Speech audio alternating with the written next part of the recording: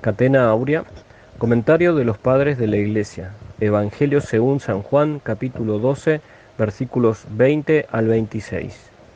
Y había allí algunos gentiles de aquellos que habían subido a adorar en el día de la fiesta. Estos, pues, se llegaron a Felipe, que era de Betsaida de Galilea, y le rogaban, diciendo: Señor, queremos ver a Jesús.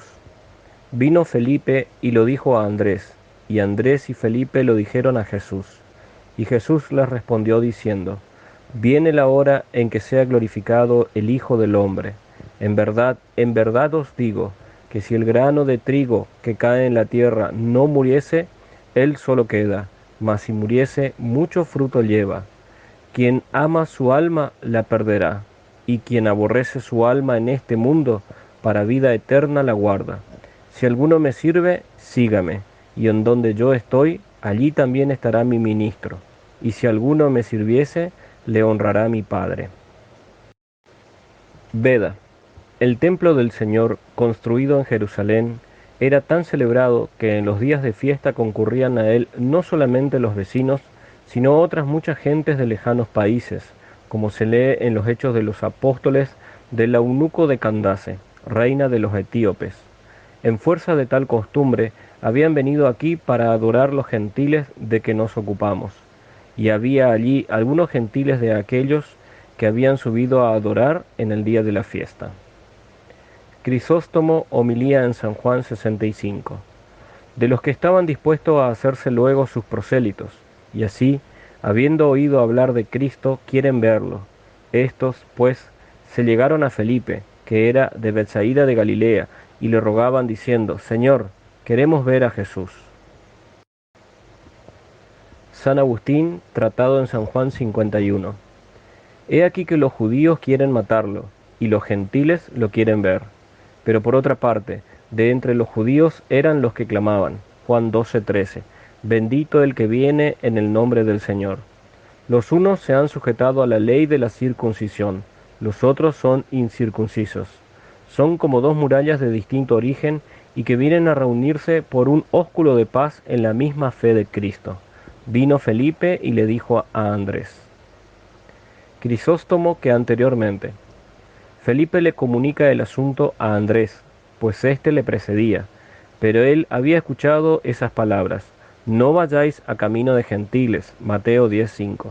Entonces refiere al maestro lo que habla con el discípulo, de donde sigue: Andrés y Felipe dijeron a Jesús. San Agustín, tratado en San Juan 52. Oigamos la voz de la piedra angular, que es la siguiente: y Jesús le respondió diciendo: Viene la hora en que sea glorificado el Hijo del Hombre. Quizá creerá alguno que él dijo glorificado porque los gentiles querían verlo, pero no es así, sino que veía que los gentiles en todas las naciones habían de creer en él, después de su pasión y de su resurrección. Con ocasión, pues, de estos gentiles que deseaban verlo, anuncia la futura plenitud de las naciones y promete que ya es llegada la hora de esta glorificación en los cielos, después de la cual las naciones habían de creer, conforme a aquellas palabras del profeta, Salmo 56:6, Salmo 107:6. Seas ensalzado, oh Dios, sobre los cielos y sobre toda la tierra tu gloria. Pero convino que se manifestara la exaltación de su gloria de tal manera que estuviera precedida de la humildad de su pasión, y por eso añade: en verdad os digo, que si el grano de trigo que cae en la tierra no muere, queda él solo, mas si muere, lleva mucho fruto.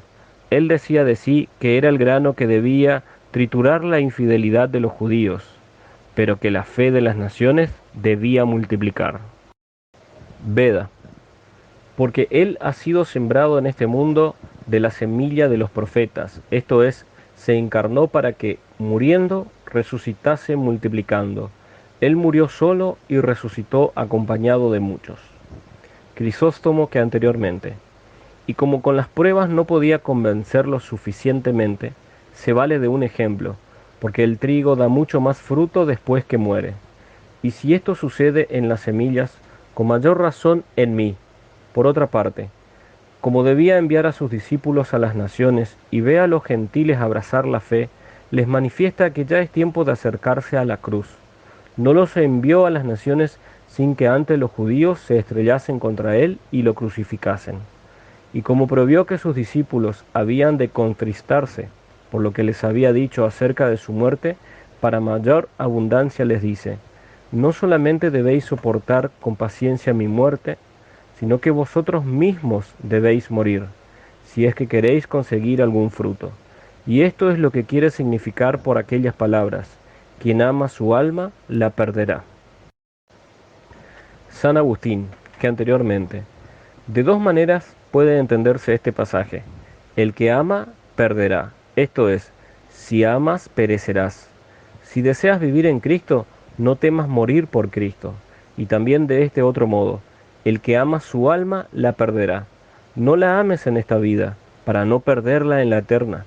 Este último me parece que es el sentido del Evangelio, pues añade, y el que aborrece su alma en este mundo, etc. Luego lo dicho más arriba se entiende en este mundo. Crisóstomo, homilía en San Juan 66. Ama su alma en este mundo aquel que pone por obra los deseos desordenados y la aborrece el que resiste sus malas pasiones. Y no dijo aquel que no cede a ella, sino aquel que la aborrece.